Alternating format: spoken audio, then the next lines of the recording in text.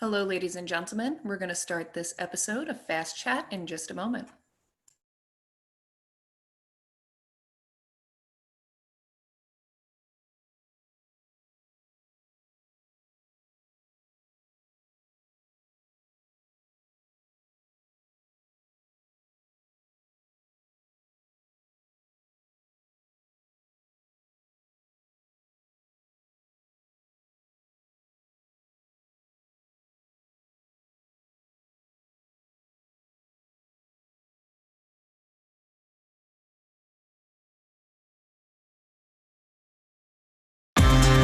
FMC Fast Chat takes you inside the news so you can be in the know in 30 minutes. Hosted by Fair Media Council CEO and Executive Director Jaci Clement, Fast Chat features notables in news, media, and business.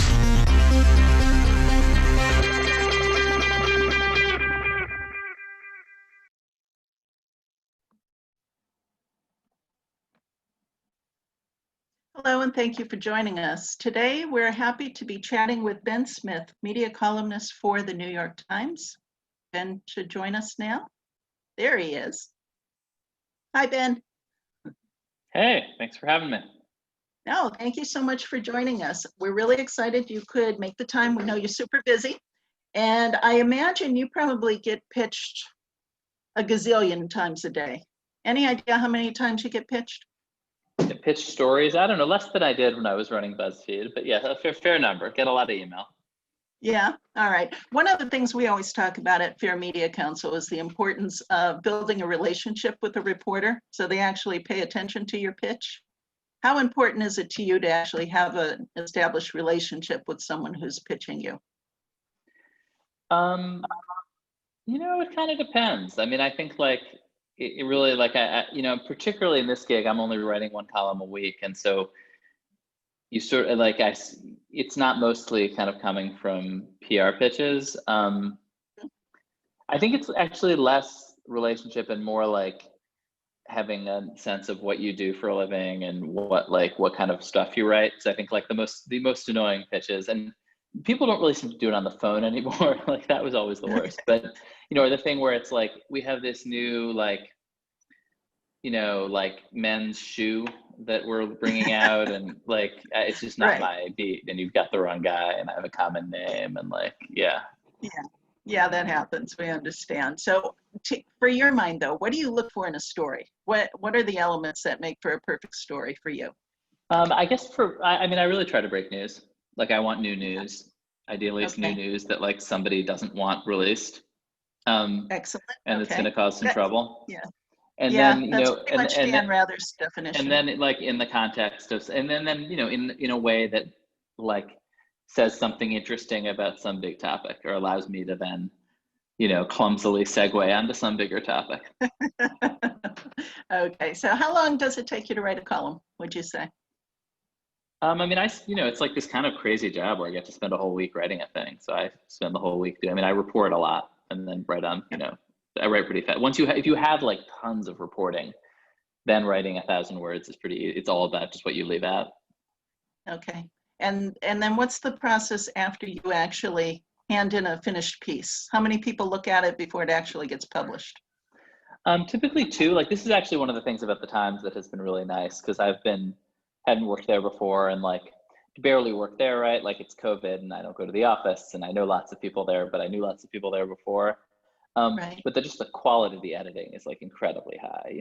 One editor who does a really, really strong, aggressive edit on the piece, and then passes it on to another editor who works weekends, who again, like just really asks a lot of hard questions and catches sloppy errors. And it's really been really interesting. Just the amount of investment in editing is nice. Feels like a luxury as a writer. Yeah. Do they ever send anything back with a little, what were you thinking when you wrote this kind of a edit? No, like the nice thing about like the old-fashioned newspaper edit is they just rewrite it. Which is how I like to edit. Like the new style edit where you don't want to hurt the writer's feelings, and so you're like, this is really great, but like, would you want to think about like adding some more facts and details and removing the parts that are bullshit, and then but also like, I really think you're a great reporter, is like such an annoying waste of time. And it's nice just to be like, hey, I totally rewrote your piece from top to bottom. Here it is. It's a lot better. We're going to publish it now. Like, that's great. All right. And do you learn from the edits they make? Do you go over it and say, oh, now I see what they wanted me to do? Yeah, totally. And I think they have been doing this a long time, but I think they have a very clear sense of their own audience. The Times does, you know? Mhm. And it's like interesting that like the strong editors there will be like, no, our audience will be interested in this. Like, particularly like you can't take for granted that they know what you're talking about here and need to like write in a more general. And it's been really interesting. Okay. How would you describe the difference between this and BuzzFeed? It's all on the internet, right? So it's, in some ways it's not that different. Right. But I think that, it's different institutions have different kind of mandates. I mean, part of it is just that like the brand of the Times, it's like, and it's often kind of annoying because I don't really think of myself as a spokesperson for the Times, but your stuff kind of gets taken that way. But on the other hand, it comes with all this sort of built-in credibility that BuzzFeed didn't have. Like I kind of get all this kind of unearned credibility from the Times, where at BuzzFeed you always had to earn it. Right. I understand. Now, have people started to look at you differently? Other journalists look at you differently now that you're in this spot? Anyone tiptoeing around you? Yeah, probably. I don't know. It's a weird job. Yeah, I think like, yeah, particularly like if you're like, I think television journalists in particular, and the sort of big sort of personality-based folks, like have a very clear sense of like that this column is sort of important and passes judgment. That's not really how I'm trying to do it, but yeah, I think they care about it a lot. So what are you trying to do with your column? For me, it's just like an incredible opportunity to just like ask questions and learn stuff about things that I think are interesting and that I think hope other people will find interesting. And so I'm just really trying to do that without some grander project. Okay. All right. So I have some questions here from folks who are listening in no particular order now. So you ready? How did you end up in Latvia? Oh, so after college, it was like 1999. And for like people of my like weird nerdy world, everybody wanted to go to Prague. Yeah. Like Prague was the hot European city at the moment. I'd actually studied Czech, but everybody wanted to work at the Prague Post and I couldn't get a job at the Prague Post. And so I wound up at the Baltic Times in Riga, Latvia. Okay. And how would you rate the experience now looking back on it? It is a real, I do think that going somewhere far away where it's like, there's not a lot of journalists and it's not that competitive and you sort of are figuring out the job in that context, you do learn a lot. Mm-hmm. Do you use that experience to kind of look at American journalism maybe a little bit differently? I don't know. I do think there's a difference between, it's funny because I have this totally insider job and I've been working as sort of an insider for a long time, but I do think I think of myself probably wrongly as an outsider. Okay. But because I didn't come up inside one of these big institutions, kind of like getting coffee for somebody's assistant and then becoming the assistant and sort of that track. Yeah. Right. Okay. Because in one of your more recent columns, you mentioned how, you look to the BBC and people outside of the American press and compare how bad we are at interviewing compared to others that somehow seem to be more interesting in some way. Yeah, I don't, bad is maybe the wrong word, but I do think in American TV, it's like these hosts whose job is really fundamentally to be liked and to be there for you while you eat your breakfast. And and I think that they think about being liked and they think about themselves almost as political candidates or as characters in a show. And so, they don't want to be jerks. And I think that in British and Australian TV, you just see, it's just sort of a different way of thinking about the job. And often you're like, who is this like pompous old jerk who's just being like unbelievably nasty to Jeremy Corbyn but like Andrew Neil is unbelievably pompous and sort of like difficult with everyone and is himself a conservative, but really sees the job as challenging you hard on whatever your sort of highest profile beliefs are. And there was this incredible thing where Ben Shapiro, who's sort of this conservative American journalist who I think, sort of sees himself as a debater, just totally sort of crumbles as Neil pushes him because it's just a total, it's just, I think he didn't really expect it, didn't know what to do with it. Okay, all right. So where do you see American news going? How is it trending from your perspective? In lots of different directions. Like I think there are sort of trends going in opposite directions from each other. You have, you have these huge institutions, the New York Times, the Washington Post, CNN, sort of like gathering more strength as like regional newspapers and metro newspapers collapse. But then also all around the edges, you have new technology that's allowing individuals to run, and small groups of people to run subscription businesses in a pretty promising way. Okay, all right. Now, you have written in the past about the collapse of the local newspapers.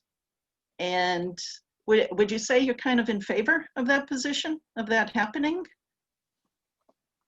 In the traditional I think sense of a newspaper? I think it's kind of a tragedy, right? Like, and that the great metro papers of the 20th century, Newsday on Long Island and many others were obviously these incredibly important institutions for all their flaws. Yeah. I think a lot of them, are really basically dead now. And I think, you'll see people complaining that they've been bought by vultures. And I mean, the thing about vultures is they feed on things that are dead. And so like, rather than trying to revive the carcass of the thing that's being pecked at by vultures, I do think it's important, to think about, if you are in particularly like a civic leader with a certain amount of money who was thinking about investing it in journalism, do you try to buy like the Gannett paper with a bunch of debt in various directions and a printing plant? Or do you think it's going to be you're dollar for dollar, you're going to be getting a lot more journalism if you start something new? And I think you do see these nonprofits springing up in a really promising way all over the country, and a lot of really good journalism happening there. Yeah, okay. But do you see any type of training going on in the traditional local newspapers that prepare them for dealing with news today? Or for I think it's almost like, I think most journalists used to come up through local newspapers, and so there was a kind of standardized training. And again, kind of for better and for worse, honestly. Like I think you did there was something about the requirement that you be accurate when you cover a murder or a crime story or something that's very, very important to a handful of people, but it's like incredibly important that you get it right. That's a really good discipline that I think some reporters don't quite learn. Like, hey, I just need you to like cover this murder and the deadline is in 2 hours. Like, it's just a good skill that some reporters now just have never picked up. But on the other hand, those newspapers had a kind of pretty like sexist culture and a kind of conformist culture of their own, and kind of tended to, they had all their own problems. And so like, I don't want to romanticize it too much, but I think basically there's not so much a standardized way of learning anymore. And I think people often just sort of watch each other on the internet. And if you're not careful, sort of like learn to kind of perform journalism on the internet rather than to report and get information. Perform as in want to be a star perform? As in like show off on Twitter how clever you are rather than break news. Okay, got it. I wanted to kind of latch on to current events right now with Woodward's admission that, he held on to these quotes from Trump for his book, but didn't disclose them. What's your feeling on this topic?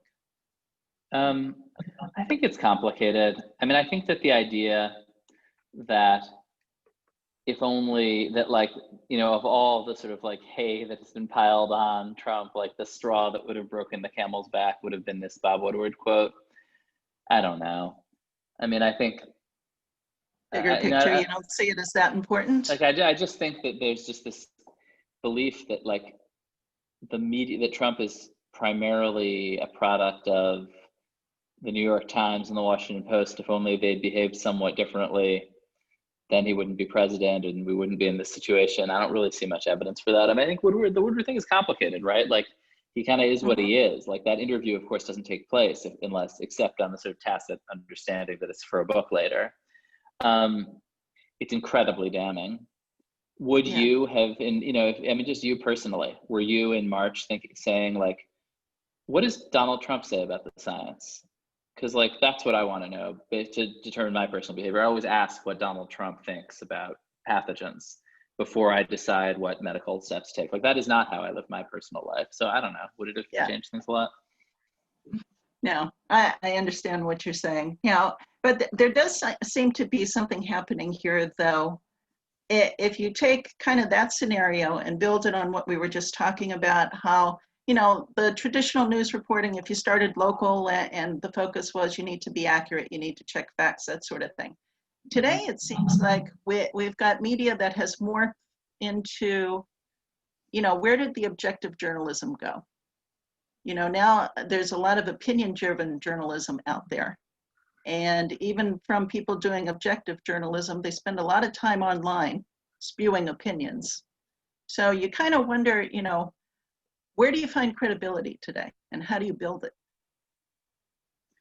I think this is incredibly challenging stuff. I mean, I guess my own view, but I'm not sure that really will bear out, is that, if you there are sort of two ways. Like you have a kind of big old institutional brand that people really trust and believe in a kind of ongoing way, like the New York Times, and you defend that brand more or less and try to, have it stay clear.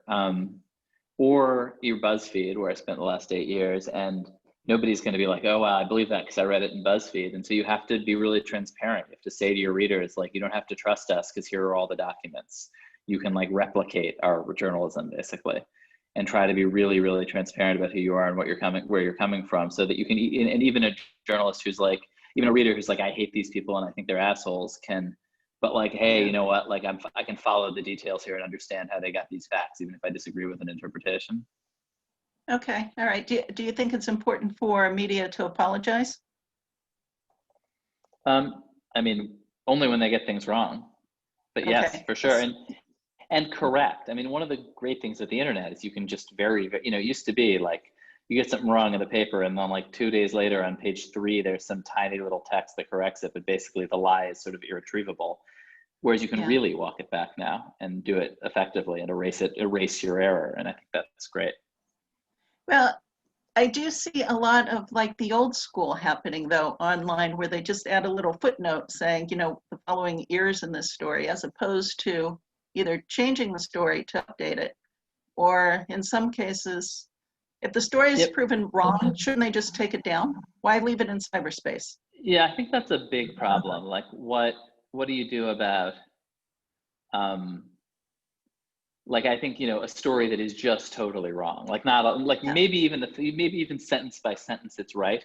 But like the whole premise is wrong. And I think most news organizations have had that problem. I wrote a piece in the New Yorker recently that was like totally wrong, but they managed to get it to sentence by sentence it wasn't wrong. And yeah, I think journalism is better at correcting minor errors than major ones. Okay, all right. What would you change? How would you change that though?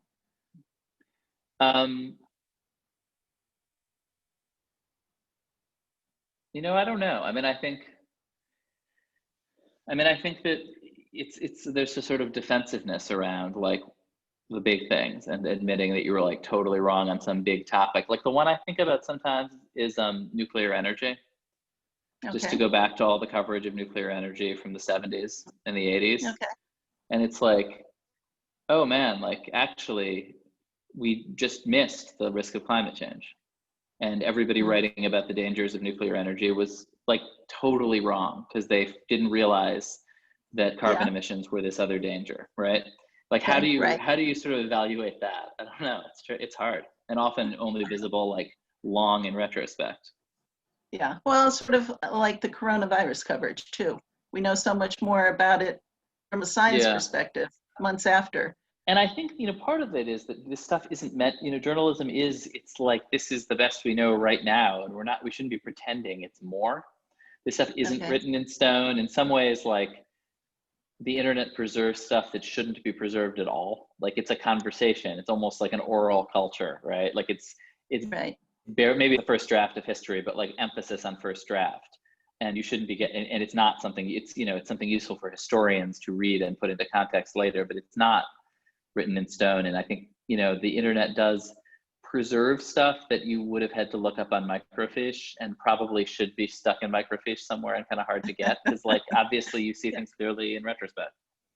Right, yeah. And for people that are younger and listening to this, there was a time before the internet where if something appeared in the daily paper, it was tossed out the next day.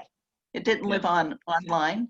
And if something aired on the news, unless you taped it or recorded it, it was gone. So it evaporated. So it seems to me there was a different level of responsibility almost when you knew the information would be instantly gone after you've published it versus now. I'm not sure people were more or less responsible. I mean, they probably should have felt more responsibility back then. In a way, things were easier to fix now. So perhaps errors are in that, by that argument, are less sort of lasting. But I'm not sure anybody ever was that much more responsible. Okay. But now with the internet and basically anyone can claim that they're a news outlet, do you think that has kind of saturated the marketplace and made it really hard for the news consumer to really understand the difference now between an actual news outlet versus someone's crazy uncle, putting out some kind of newsletter in the basement? And by the way, there has always been a spectrum, and your crazy uncle has always put out that newsletter. He just used to mail it directly to his subscribers. Yeah. But yeah, I think it's an incredibly disorienting moment, because it used to be that you would see that newsletter and you'd be like, okay, I get what this is. It's one of these crazy newsletters, but maybe the guy's brilliant. It's interesting, but I can see by the way it was printed and the kind of paper it's on and the typeface what it is. I'm familiar with that. And similarly, this is an editorial and this is opinion because it's on the back page of the first section and has a picture of the guy, and this is a news story. And I think the internet strips all that context, and also the conventions aren't really.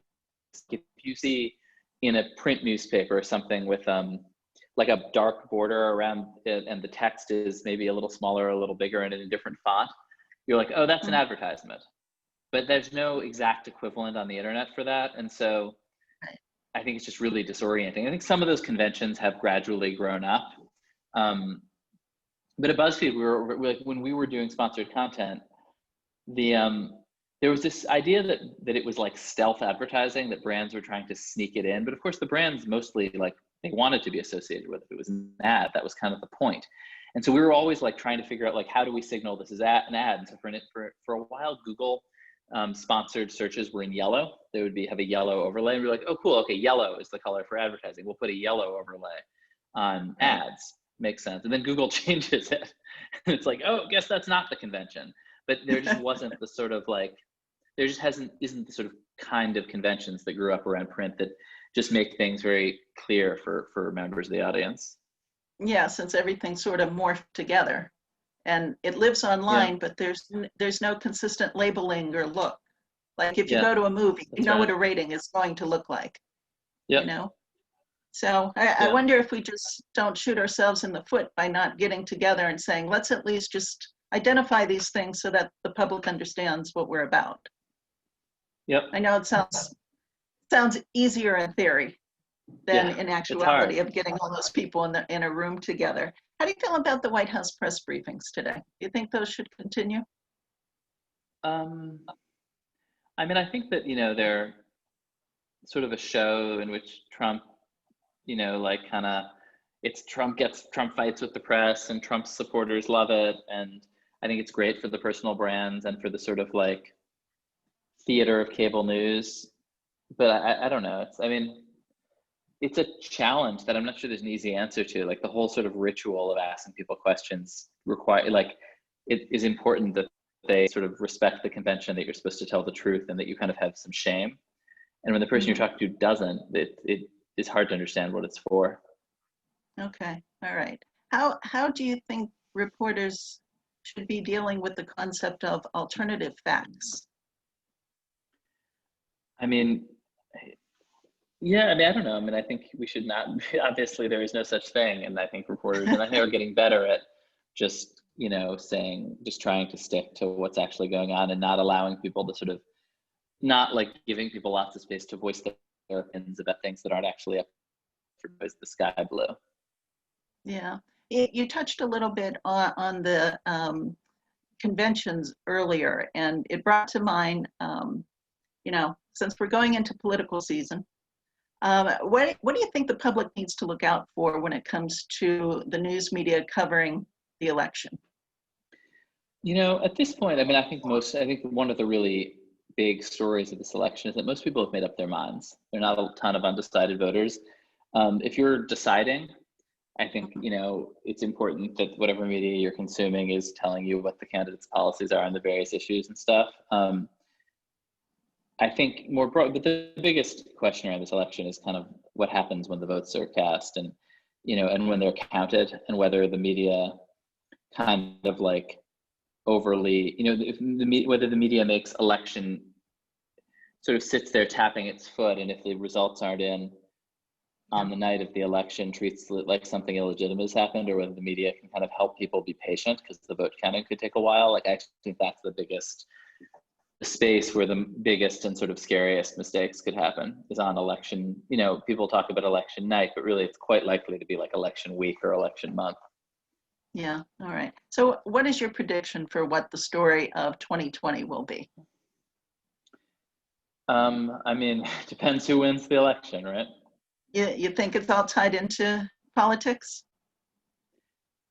Yeah, I mean, I do think so, because I think, you know, the big, I mean, obviously COVID is this sort of huge story, and the climate crisis is a huge story. They are both in some way political stories. They're stories about governance and governments making decisions, and and obviously there are huge differences in how Trump and his rivals see them. Yeah, all right. So you don't feel you can cover stories like that without some aspect of politics playing a role? You know, I mean, I know, of course you can, but I think, and Yeah. a lot of the story of COVID is not a political story. It's about a virus and how viruses work. But clearly, you know, you can't. I would say more of the reverse. Like, you can't really cover the election story as something that's about political tactics. It's about governance. Okay, all right. I have a question here. It's actually coming from the CEO of the Center for Public Integrity, who's asking, how are conversations around racial representation challenging definitions of journalism? Do you see anything different? Yeah, I think that's a great question. I think, like, Black Lives Matter has just been this, you know, really sweeping conversation that's touched everybody in the country and every industry.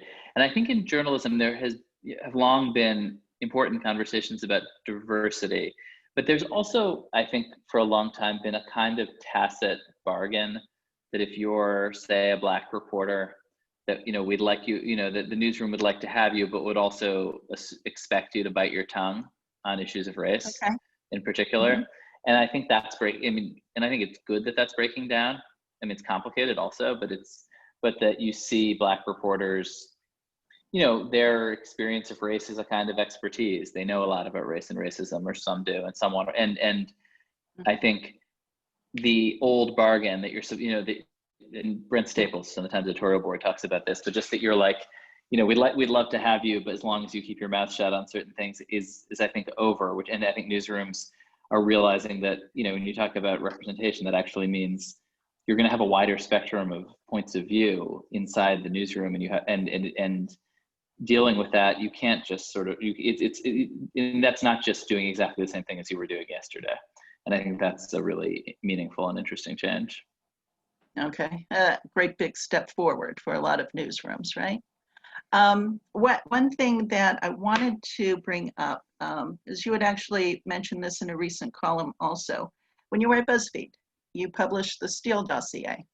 And at the time, I believe you were quoted by someone as saying, you know, if someone contradicted you for publishing that or criticized you for publishing that, your response was, if we err, it's on the error of publishing. Is that a correct statement? I think that's right. Yeah. The media ought to err on the side of transparency. Although I don't think that was an error. So. Okay, I was going to say, looking back, how do you feel about it? Would you have changed anything that you had done?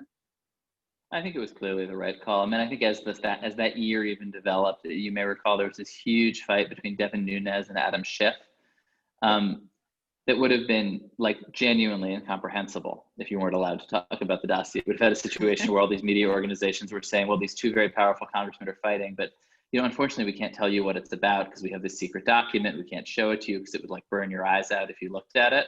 But, you know, we can tell you it's really shocking. I mean, it's not, Yeah. It just doesn't make any sense. You know, when you have a document that's been briefed to 2 different presidents of the United States, that's being circulated, fought over, acted on at these very, very high levels of power, you know, it's obviously in the public interest to understand that it is there, and also that, by the way, that it's not verified, and a federal judge agreed with us on that in the end. Okay, all right. Well, one of the things you mentioned in your column is when you published it, you thought about publishing it. You didn't really think about the aftermath of what would Right. happen once it was published. Yeah. So looking back now, were you surprised at what happened after it was published? I've been surprised by so many things, right? It's been a surprising couple of years. I just think it's really important that you not, as a reporter, spend the time kind of gaming out the political consequences of revealing things that are real. You know, I think Okay. you can really sort of get yourself twisted up and wind up kind of breaking a compact with your audience if you do that. Okay, so you're more of a let's focus on the job, and whatever happens after we do the job is what happens? Yeah, I think Or do you reporters worry have like a about real, I mean, it's not, of course it's not totally that simple. And you obviously worry about consequences to individuals, you know, in a way that if you're, you know, and you shouldn't be carelessly harming people, which is very easily done with journalism, particularly in various sort of digitally related ways. But I think if you're saying, you know, should I lie to my audience or suppress things because I'm afraid my audience can't handle it, you're going down a kind of dangerous road. Okay, fair enough. So let me end with one more question for you. So what's the best part about being Ben Smith today? I don't know, hanging out with my kids in nice fall weather. Yeah. It is a perfect day out there today. So thank you Yeah. so much for joining us. We really appreciate your time. And Yeah, thanks for having me. yeah, you're welcome back anytime. This will be turned into a podcast. And I want to thank everyone who joined us and for all of the great questions people were asking us. So we will talk to you soon. Thank you for having me on. Thank you.